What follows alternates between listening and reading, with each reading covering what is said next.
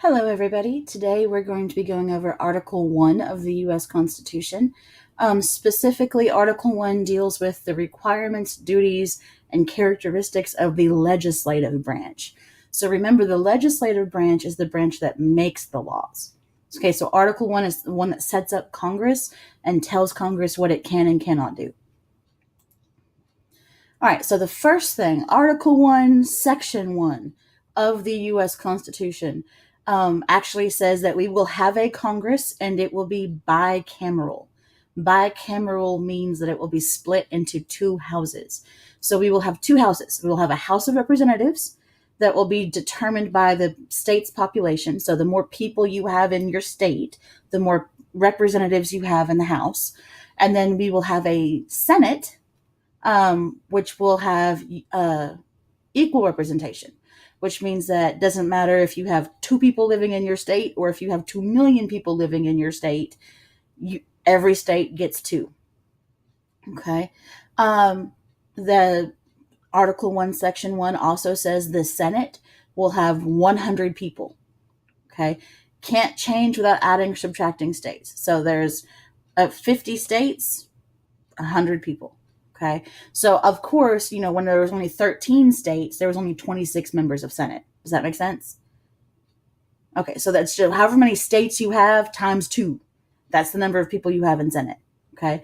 Now, the House of Representatives will have 435 people.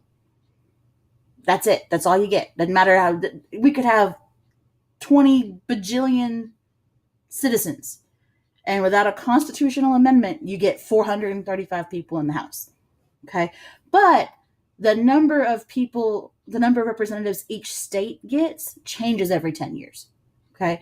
So every 10 years, there is a census, which is a population count that they go in and they look at where the people in the country are living, and the states that have more people get a bigger share of that 435 representatives. All right, so we did it this way because states couldn't agree on what was fair. Okay. There was the New Jersey plan, which was, remember, New Jersey was a very small state. So they wanted everyone to be equal. The pro there is that every state has an equal say, but the con there was that people's votes don't count as much. So in a small state, those people's votes counted more than the votes in a big state because you're only going to have one vote per state. Okay. The Virginia plan, Virginia was a huge state at the time. They wanted proportional representation.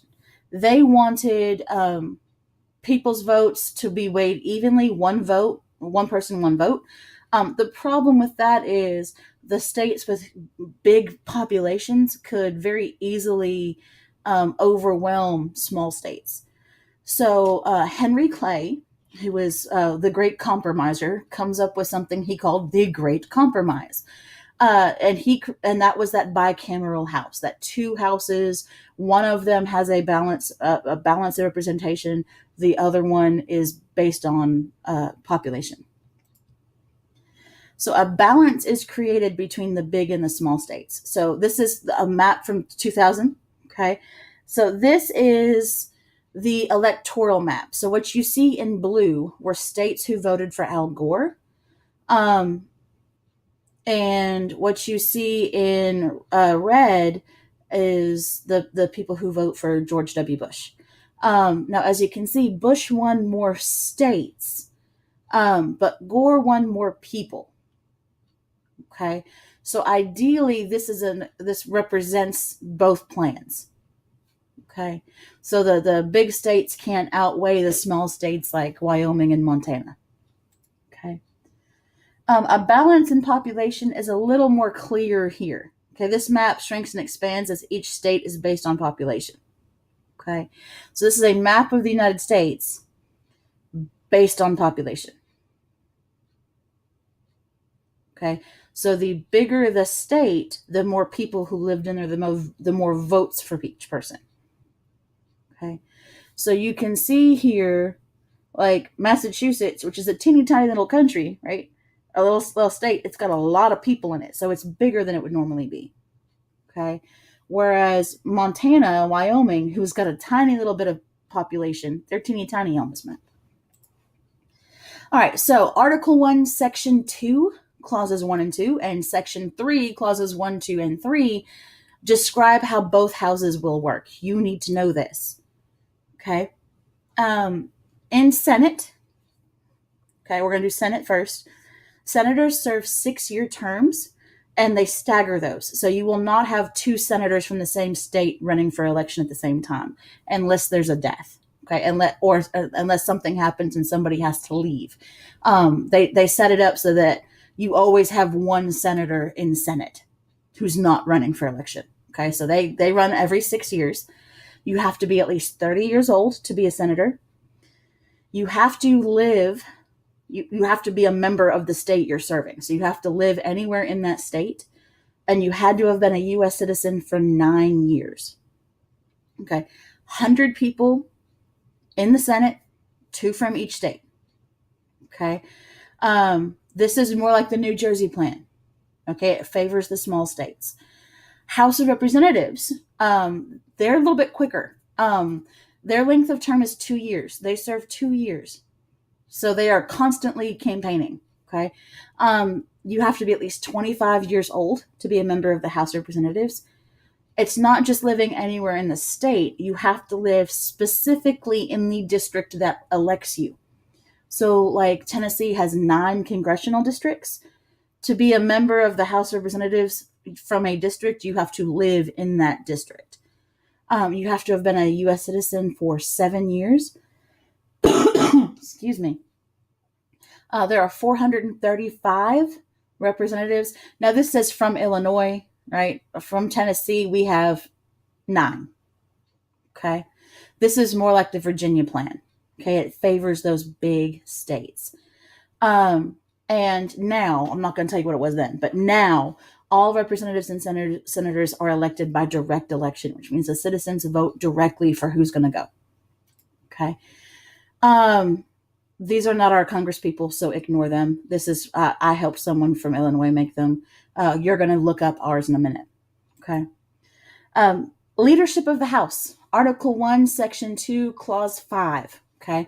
The House of Representatives shall choose their speaker and other officers. Okay. So this tells how the House will work. Speaker of the House is voted on by the representatives. Okay. It is not currently John Boehner. Like I said, this is an old set of notes I've used. The Speaker of the House today is, anybody know? Paul Ryan. Okay. Speaker of the House is the head of the majority party in the House, and right now that is Paul Ryan. They are considered to be the most powerful person in the United States, and he or she will control what bills get voted on and when. Republicans and Democrats are also going to elect the minority leaders to represent their causes. The minority leader today is the head of the minority party today. That is Nancy Pelosi. Okay, she is the head of the Democrats in the House. Whips, both parties have whips. Their whole job is to get members of their party to vote for what the party wants them to vote for. So if the Democrats have this bill they're putting up for vote, the whips their job is to go out and convince people to vote for this bill. Okay. The vice president leads the Senate as the president of the Senate. Okay, so this is Article 1, Section 3, Clause 4. We're talking about the Senate now, not the House of Representatives. Vice president is going to be the head of the Senate. Vice president only votes to break ties. The only time the vice president can vote is when they are breaking a tie. The vice president does not run day-to-day business in the Senate. Okay, he is a presence to remind the Senate of the president's wishes and powers. So if he does show up any given day, when the Senate is conducting business, his only job there is to kind of remind people what the president wants. Now, he does do one other thing. The vice president also swears in new senators. So when senators get elected, the vice president is the one who actually swears them in and has them do the oath of office. The senators also elect what's called the president pro tempore. He is the guy who is in charge when the vice president cannot be there. Like I said, this is an old set of notes. Right now, the president pro tempore of the Senate is Orrin Hatch, ORINHATCH. And they only formally take charge when the vice president can't. Okay. And usually the president pro tempore, it's not a political thing. It's the longest serving person in Senate. So it's the person who's been in Senate the longest, usually.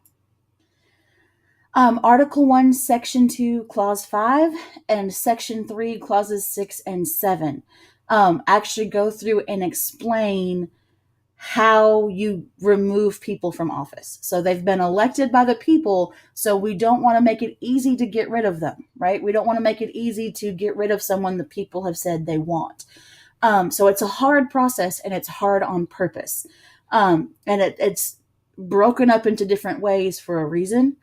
They do that so that one section of Congress can't just get all the power and kick out the people they don't like. All right. So a president or a judge, okay, so a president or a member of the federal judiciary, so the Supreme Court, they commit an impeachable act. Okay, an impeachable act, according to the Constitution, is a high crime, a felony, or treason. Okay, so high crimes, those are like the tax evasion, that type of stuff.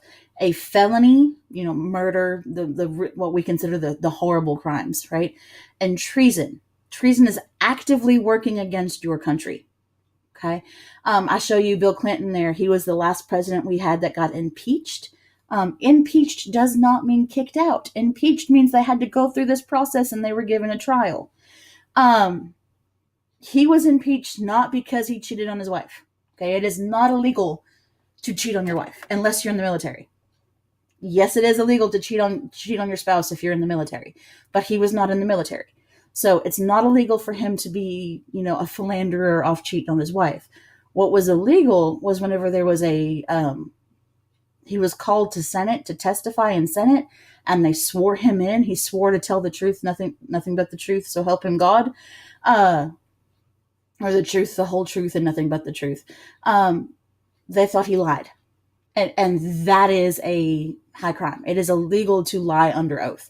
So that is what they impeached him for. When that happens, so they have to do something you can impeach them for. If they do that, then the House has to investigate that claim. Someone says, hey, he broke a law, we should impeach him. And then the House investigates. The House goes in and they look at all the evidence, and then the House votes. The House has to vote, should we impeach this person or not? If they vote to impeach, there is the trial. Okay, so remember, impeachment does not mean you get kicked out of office. Impeachment means you are accused of breaking the law and now you have to go to trial. We've had 2 presidents that have been impeached. Andrew Johnson, right after the Civil War, and Bill Clinton. We've had one more that was almost impeached. That was Richard Nixon, but he actually resigned before he could be impeached. So the House is the one who decides to impeach. Then they're done. Okay? They get to decide to impeach, but they don't get to decide whether or not to kick him out. So then it goes to Senate and the Supreme Court. Okay? The Senate basically acts like the district attorney. Okay? The Senate is the lawyer who is trying to kick out this judge or this president. And then the Supreme Court is the judge. The Supreme Court is the one who oversees the case. Okay? And so the Supreme Court, the Senate actually acts like the lawyer, and then the members of the Supreme Court are the ones who get to decide. They're the ones who vote on, is he impeached or not? So the Supreme Court acts kind of like the judge and the jury. The verdict. If they are designed to, if the Supreme Court says they are guilty, they did it, they have to leave that position immediately. So if the president is found guilty in an impeachment trial, he is automatically that second no longer president. The vice president takes over. If he is acquitted, which means if they find him not guilty, nothing happens. He just goes on being president, which is what happened to both Johnson and Clinton. They were found not guilty and they just went about their way being president.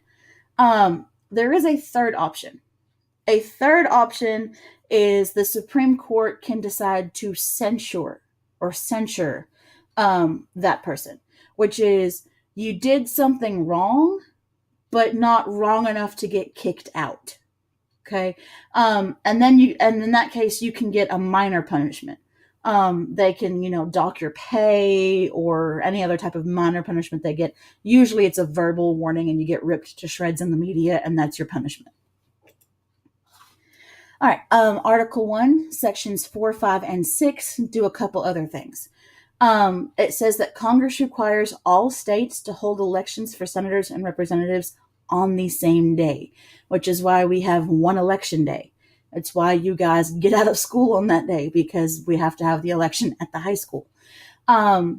Each house sets a quorum. Okay. A quorum is a vote that a minimum number of people have to be present. Okay. A quorum means that if there's not this number of people here, we can't vote on anything. Okay. And it's usually a majority. Okay. Senators, there have to be 51 senators in the building, in the room, to vote on something. And then the majority wins. Okay. So, majority doesn't always mean 50 or 51 in Senate. If there's only 51 people voting, your majority is going to be 26. Okay. And then 218 in the House. The Article 1 also sets the rules. They are very long and very detailed. We are not going to get into those. It also sets up a congressional record. The congressional record says that all votes, speeches, and actions are recorded every day, and they are available. Now, they've tweaked it a little bit. Now they have to be available online. Back in the day, in the 1700s or the 1800s, they had to be available in files, like an actual paper. They sets the salary. It's up a little bit now, not a lot, but they all make about $170,000. Now the leadership makes a little bit more. It also gives them a little bit of protection. They are granted immunity for anything they say during a debate in Congress, unless it is a criminal act. Okay. They cannot be arrested or sued for calling somebody, stupid in a debate. They can't be sued for libel for calling someone stupid in a debate on the Congress floor, unless it's a criminal act. Now, if they're threatening to kill somebody, that is illegal. That's a criminal act. They can get in trouble for that, but they can't be punished for anything they say if they're debating a law. And they cannot hold another government job while you're serving in Congress. That one actually had to get added later, because there was someone who tried. There was someone who tried to be governor and representative of Louisiana both at the same time. So now it says if you are serving in Congress, if you are a House of Representative member or a senator, you cannot be in another government job. You can't do it. Now, the Congress's primary job, this is Section 7 of Article 1, is to make laws. Okay. The vesting clause says that all the government's power to write laws is in the legislative branch. No other branch can write a law. Okay. President can't write a law. Supreme Court can't write a law. Now, the president can work with congressmen to write a law. He can tell congressmen what he wants, then the congressman can write it, but the president can't do it. And we'll do a how a bill becomes law thing later. Okay. Article 1, Section 8 says that the government can collect taxes, specifically for the common defense and general welfare. They can collect taxes, but then they have to use that tax money on America. Right? They can't use that tax money to pay other countries with. Taxes must be the same in all parts of the country. So you can't charge people in Tennessee an income tax of 25% and people in Florida an income tax of 10%. So if you're going to have an income tax, it's got to be the same for everybody. It also gives Congress the power to spend money. They are allowed to spend money anywhere they want. Paige was an old student of mine. Okay. So they are allowed to spend money on anything they want to spend money on. Okay. Just blow it everywhere. Okay. They are allowed to borrow money through bonds bought by Americans. We usually do this during wartime. It's called war bonds or liberty bonds. You buy a war bond for $100. They give you a piece of paper that says you have $100 in war bonds. And then 10 years later, you can take that to the government and you give them your paper that says, I bought $100 worth of war bonds. And instead of $100, they give you back 120 or 150. Okay. Congress also establishes laws on naturalization. This is where Congress is the one that decides the process immigrants have to go through to become American citizens. We will talk about those later. Congress also gets to regulate all trade between states or countries. Congress cannot regulate the trade between one county and another county in the same state. It has to be between states or between countries. And Congress also is given the power to punish any pirates, because that was a thing back then, and it's still technically a thing now. We just don't deal with it a lot. Okay. Congress also gets to coin money. They get to print money. They get to determine the value of each piece of money, and regulate how much the coins weigh and what denominations of bills will print. Congress is responsible for punishing counterfeiters or making the laws that will punish counterfeiters. Congress is responsible for establishing a post office and figuring out how mail will be delivered. They are responsible for setting up a system of patents and copyrights to protect American inventors and writers. And Congress is responsible for establishing courts, specifically all of the courts below the Supreme Court. Right? The only courts that the Constitution creates is the Supreme Court. So Congress determines how many lower courts there will be. And if you see this map here in the background, there are 10 federal districts. Okay. So Tennessee is in the 6th federal court district. All right. Congress also gets to decide what our military powers are. Okay. Congress declares war. The president does not declare war. The president controls the military, but Congress declares war. Congress is the one who gets to create and fund the different branches of the military, specifically the Army and the Navy. So they get to decide what they get to do and how much money they get paid, how much funding they get. Congress gets to decide what the rules for the military are and how to raise money for the military and how to spend money on the military. Congress is the one who gets to call for the militia or call for the National Guard to defend the country. And Congress is the one who starts a draft if we need it. So if we need to draft men to war, Congress is the one that calls up the draft. Article 1, Section 8 is also that elastic clause we talked about. This is Congress's greatest power. The elastic clause is the clause that says the Congress can make all laws necessary and proper.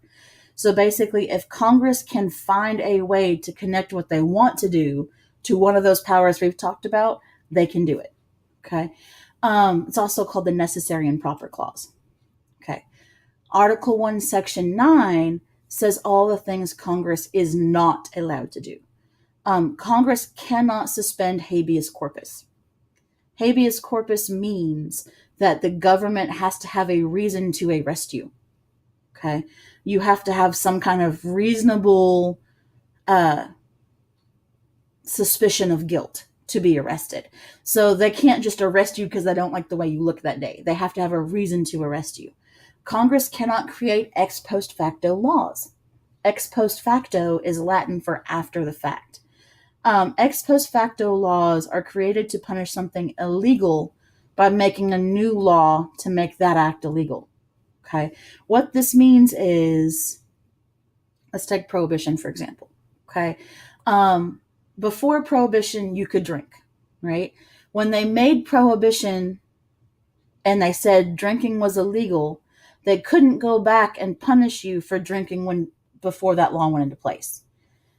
So if I make chewing gum illegal in my classroom, I can pass that law. I can say you can't chew gum anymore, but I can't make it ex post facto, which means I can't come in on Monday and say, you're not allowed to chew gum anymore, and then point to someone over there and say, oh, you were chewing gum on Friday. You're in trouble.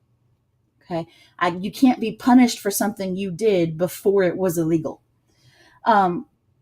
Congress cannot create royalty. They cannot make a king. Congress cannot tax exports. Okay. They can tax imports, but they cannot tax exports. Congress cannot spend money without passing a law first. Okay. We call it the budget bill every year. Okay. And Congress cannot pass bills of attainder. Okay. This means that you are declaring someone guilty without giving them a trial. Congress is not allowed to do that. You are guaranteed a right to a trial in this country. And that is it.